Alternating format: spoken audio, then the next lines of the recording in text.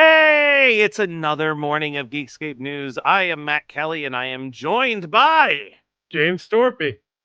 James. I am very excited for some interesting news stories we've got here today, and you're kicking us off with some good horror stuff here because Absolutely. Weird Tales graphic novel is reviving the classic horror magazine. Tell us a little bit about this one. So this is just breaking today. I actually saw it from Eric Powell's Instagram account because he is doing the cover, as we just saw. He made that awesome Cthulhu cover for the first graphic novel of it, and it is reviving the old Weird Tales magazines. That was the home of Robert E. Howard. That was the home of Ray Bradbury, but also with newer guys like Steve Niles of 30 Days of Night. And I'm excited for it. I love a good horror book. So it looks like it might be a blend of comics and prose. I'm into that. I'm into that. And I think you forget like I think you would know this more than me. You're a little bit more in tuned into that world. But wasn't even stuff like the original I Am Legend story, wasn't that part of Weird Tales? I know Ray Bradbury had some iconic stories in Yeah, Weird Tales. I can't I remember if that one specifically was one, but I wouldn't be shocked because like almost all of those horror and sci-fi writers, even from like the late 1800s or even mid 1800s, they weren't pumping out books, but they were pumping out stories in periodicals and stuff like that that were later then collected. So I wouldn't be shocked if with I Am Legend, uh, which I mean been made into many a movie. yeah. Sometimes with that name and sometimes not. I also think, and again, I'm pulling from memory banks here. That could be rough, but That's I do dangerous. think a lot. I think a lot of Twilight Zone stories were based on tales that showed up in Weird Tales because they did bring in people Yeah. like Ray Bradbury and other writers to do scripts for the Hmm. Twilight Zone. And I think a lot of those times they would say, "Hey, I wrote this for a magazine. Absolutely. Let's turn it into a screenplay." Like, Absolutely. And so it's gonna be a mix of adaptations of classic stories that are then taken on by comic writers and artists, as well as um, like actual like regular artists or regular writers just doing their original doing stuff. their own stuff in it. Yeah. But it's a nice blast from the past where certainly sounds like we're getting anthologies, and that's awesome. It's a great way to do horror. Well, it's a great way to do horror, and honestly, historically, the best sci-fi and horror stuff has always come from the short stories. Like Yes. those lead to the better adaptations because you're not trying to cram 500 pages of information into 2 hours. You're taking a brief 15-page story and doing something with it. Absolutely. Um, Like right now, they even listed volume one's what's going to be in volume one. So yeah, it's going to be Michael Avalon's The Man Who Walked on Air, adapted by Robert Hack and David Avalon. It sounds like perhaps the son or grandson, even. But maybe. Robert Hack does a ton of art for like Archie horror stuff.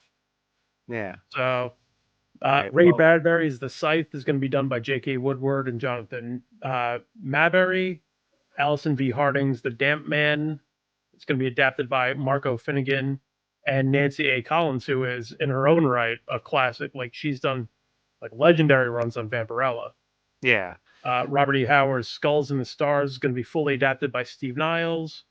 There's going to be an original Lovecraft Mythos stories by Rodney Barnes and art by Lucas Kettner. C.L. Moore's Shamblow, adapted by George Quadros and Blake Northcott, and then Anthony M. Rudd's Ooze, reimagined by Weird Tales' president, director, and producer John Harlacher and Atkinson. So some established names, some up and comers, some indie guys. I think it's going to be really cool. Love it. I've got a very brief non-story, and I apologize, but you know what? I basically run the Geekscape network, so I get to do some stories once in a while. Yeah. Geekscape's shop has a bunch of new shirts. Hey, I So recognize a couple of those. yeah, so go and support our your daily news here by going to geekscape.dashery.com and getting some shirts. Help support a bunch of the shows on here as well as just the channel as a whole. That's it for my quick Hey, news Matt. story there. Matt, real quick, real quick. What was that link again? That was geekscape.dashery.com, Did you which say you can find. geekscape.dashery.com? I did, and it's in the link. There's a link in the note Oh, in the comments. Yeah. Um, you sent us this news story, and I thought it was made up. So let's dive into the fact that Jason Statham is signing up for one of the most meta roles he's ever done here. yes. I had sent it into the group, the Geekscape news group. Guys, I've got dibs on this one. Jason Statham has signed on to star in the David Leitch action comedy Jason Statham Stole My Bike, and yes, he will be playing Jason Statham, so don't worry about that. Uh, um, it looks like they're gonna go full bore into I think what Jason Statham does best, playing himself in a big broad comedy.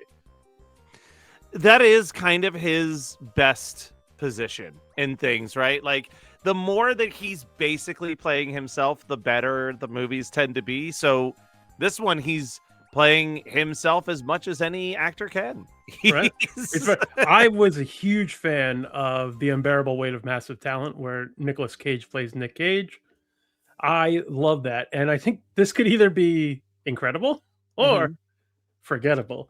But David Leitch, director of Deadpool 2 and Bullet Train, which I get why people don't like, but if you're looking for a fun action movie, Bullet Train rules. I had a blast with Bullet Train. There And, was like, is it good? That's not what we're talking I about. don't know. Listen, I all I remember about Bullet Train specifically was that I was dog sitting for somebody staying at their house, and the only streaming app they had was Netflix, so I was just like rocking through a bunch of Netflix stuff, and it had just dropped on there, Mm. and I was like, I'll put this on and kill 2 hours, and I was invested. Like Oh, I I had a big smile on my face the entire yeah. movie. I'm like, I know that this isn't good, but my God, it is hitting everything I needed to. Yeah, and that's what my listen, the movie's literally called Jason Statham Stole My Bike. So like I am very, very interested. Now, will it be the movie of the year? I don't know, but a strong competitor based on a trailer that I watched earlier today is that Mandalorian and Grogu has finally gotten like a true trailer. I think we were Mandalorian and expecting Grogu and Martin Scorsese.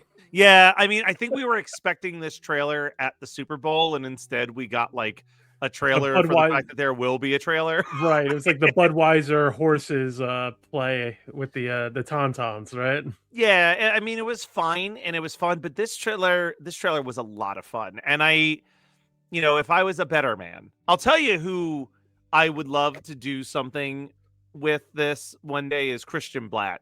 Christian Blatt could fill an hour, I think, going still by still throughout this entire trailer, dissecting all of it. But you know what? I saw a Mandalorian fighting a what seemed to be a Jabba the Hutt barbarian type character, and I was like, Th- sign me the hell up for whatever is going to happen in this Do you weird movie. remember the Dave Filoni George Lucas animated Clone Wars movie? It was kind of like So the lead I into have the a cartoon. I have an Oh no, embarrassing Matt. thing to say. I've never watched anything tied to the Clone Wars cartoon, and Okay.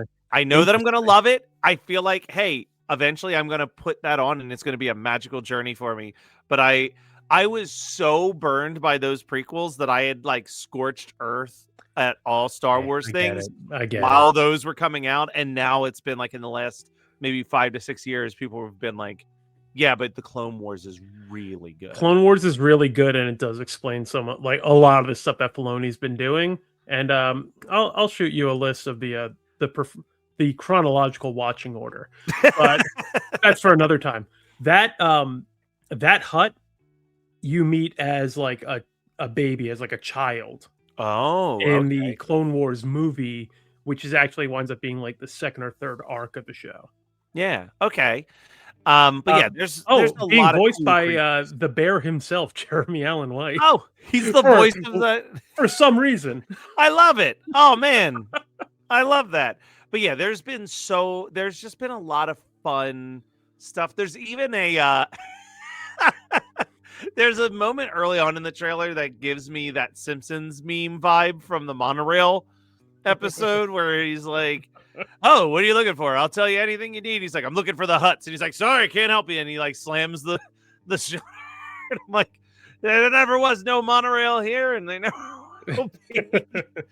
Yeah, this looks fantastic. I mean, Star Wars, I have, and I think most people have agreed with this, but the more that Star Wars isn't about Skywalkers, the more enjoyable it ultimately is.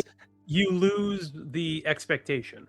You do, and that's why Mhm. like stuff like Rogue One was so good, and The Mandalorian works so well, and Andor works so Andor. well. Oh my god, Like Andor. we have this amazing universe filled with all of these planets, and like, okay, this one seems like it's pretty Tatooine heavy, but still, like, I don't mind going to Tatooine if it's not all about Luke Skywalker while we're Right, at Tatooine. right. So like, Yeah, yeah, I'm right there with you, yeah, and I like let's mean, just check out cool monsters. I want to see some yeah, cool aliens. That's absolutely. why I'm here. I just hope that, Filoni and I listen, I know what's gonna happen, and it's gonna all be CGI, but my god, just get some men in suits. Get some furry suits around there.